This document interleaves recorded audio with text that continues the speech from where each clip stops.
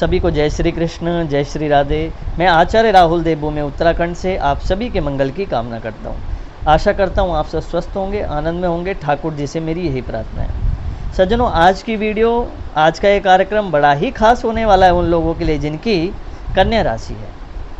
पवित्र श्रावण मास का महीना चल रहा है जो शंकर जी को परम प्रिय है। हम एक ऐसा महा उपाय लेके आए हैं जो उपाय तो एक है लेकिन उसके लाभ अनेक हैं।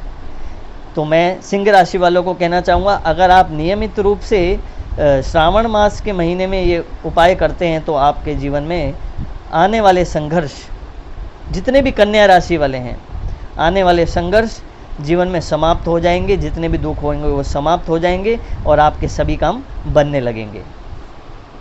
कारण उनका काम रुक रहा है, या फिर कहें कि अंतरदशा, प्रत्यंतर दशा, महादशा के अंतर्गत जितनी भी खराब दशाएं आ रही हैं जिनके कारण उनका काम रुक रहा है, तो ऐसे समय में उनके जीवन में क्या ऐसा एक मंगल उपाय हो जो उपाय तो एक हो लेकिन उनको फ़ायदे अनेक हो जाएं। तो विशेष रूप से आइए उपाय की ओर चलें। इसी के साथ साथ मेरा एक निवेदन रहेगा, अगर आप अपनी कुंडली का विश्लेषण सटीक रूप से कराना चाहते हैं, क्योंकि सज्जनों कुंडली दिखानी परम आवश्यक है। जीवन में कई सारे समय ऐसे होता है जो आदमी हार जाता है, व्यक्ति जीवन में हार जाता है, तो उसके लिए हमें कुंडली दिखाना बड़ा ज़रूरी होता है। तो चैनल में हमारा नंबर रहता है, डिस्क्रिप्शन में, प्रोफाइल में आप संपर्क कर सकते हैं और अपनी कुंडली दिखा सकते हैं। कुंडली दिखाने के लिए आपको ज़्यादा कुछ नहीं, हमारे नंबर पे व्हाट्सएप पे अपनी डिटेल छोड़नी होती है और संपर्क करना होता है। आइए अब महा उपाय की ओर चलें। क्या करना चाहिए? तो सज्जनों, विशेष रूप से आपको क्या करना है, इस पवित्र सावन के महीने में आपको शंकर भगवान को जल अर्पित करना है। और जल भी किस तरह अर्पित करना है मैं थोड़ा सा आपको विधि बता देता हूँ। कई लोग जो हैं गलती कर देते हैं, तो वो गलती आपको नहीं करनी है।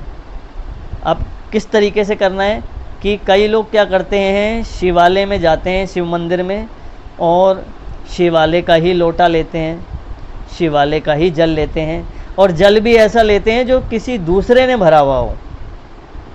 कई बार देखना, मैं तो ये प्रैक्टिकल देखता रहता हूँ, शिवालय में जाके लोग क्या करते हैं, आते हैं शंकर जी के मंदिर में और वहीं बाल्टी में जल भरा हुआ होता है और वहीं पे लोटा होता है, वहीं से बाल्टी से जल निकाला और शंकर जी को चढ़ा दिया।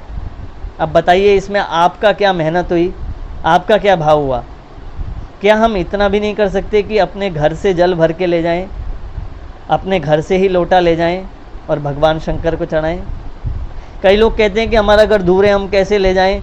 तो एक बंद बर्तन में ले जाएं, किसी डोलची आती है जैसे, जिसमें हम दूध वगैरह ले जाते हैं, उसमें भर के ले जाएं, कोई दिक्कत ही नहीं है।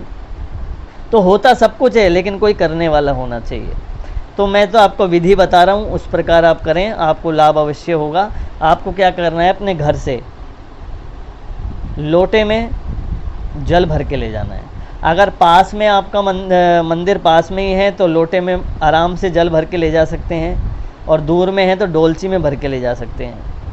लेकिन कई लोग एक ऐसा काम कर देते हैं जो कि नहीं करना चाहिए। वो काम क्या है? कई लोग क्या करते हैं, तांबे के लोटे से दूध चढ़ा देते हैं शंकर भगवान को। हालांकि वो नीलकंठ है, लेकिन फिर भी एक हमारा भाव होता है, हम गलत काम क्यों करें? तो आपको क्या करना है, जब भी आप दूध चढ़ाएं तो आप स्टील के लोटे से चढ़ाएं, और जब भी जल चढ़ाएं तो तांबे के लोटे से चढ़ाएं, या फिर स्टील के लोटे से भी चढ़ा सकते हैं। लेकिन दूध की विशेष बात कर रहा हूँ मैं। दूध आपको स्टील के लोटे से चढ़ाना चाहिए, ना कि तांबे के। तो बड़ा ही सुंदर ये श्रावण का महीना, और विशेष रूप से मैं दूध की बात नहीं कर रहा, यहाँ मैं एक बात बताने जा रहा हूँ आपको, बड़े ध्यान से सुनना। पंचामृत से भगवान का स्नान करें। अगर आप रोज़ पंचामृत से स्नान नहीं करा सकते, पंचामृत क्या क्या होता है?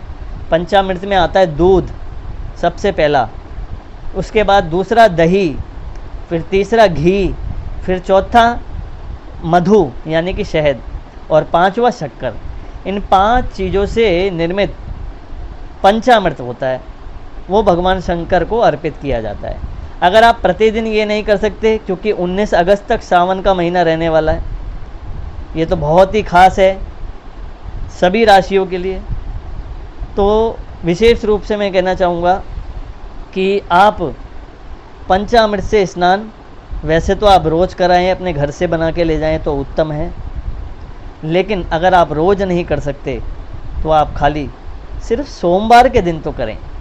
लेकिन सोमवार के दिन पंचामृत से स्नान कराएं, अन्य दिनों में दूध या आप गंगा जल से या जल से भी स्नान करा सकते हैं, लेकिन कराना ज़रूरी है।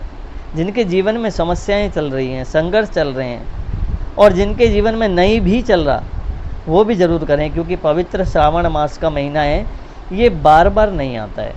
बोलते ना गोल्डन चांस जब लाइफ में आए तो उसका सही समय में इस्तेमाल करना चाहिए।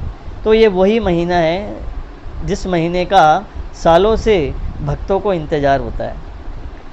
कावड़िया भोले तो दूर दूर से कितने बड़े बड़े जल के कमंडल भर के ले जाते हैं, इतने भारी उठा के ले जाते हैं। तो कुछ ना कुछ भक्ति भाव प्रेम मन में अवश्य रखें अपने लिए। अगर कुछ पाना है जीवन में, भगवान के लिए पूजा नहीं की जाती है, पूजा अपने लिए की जाती है।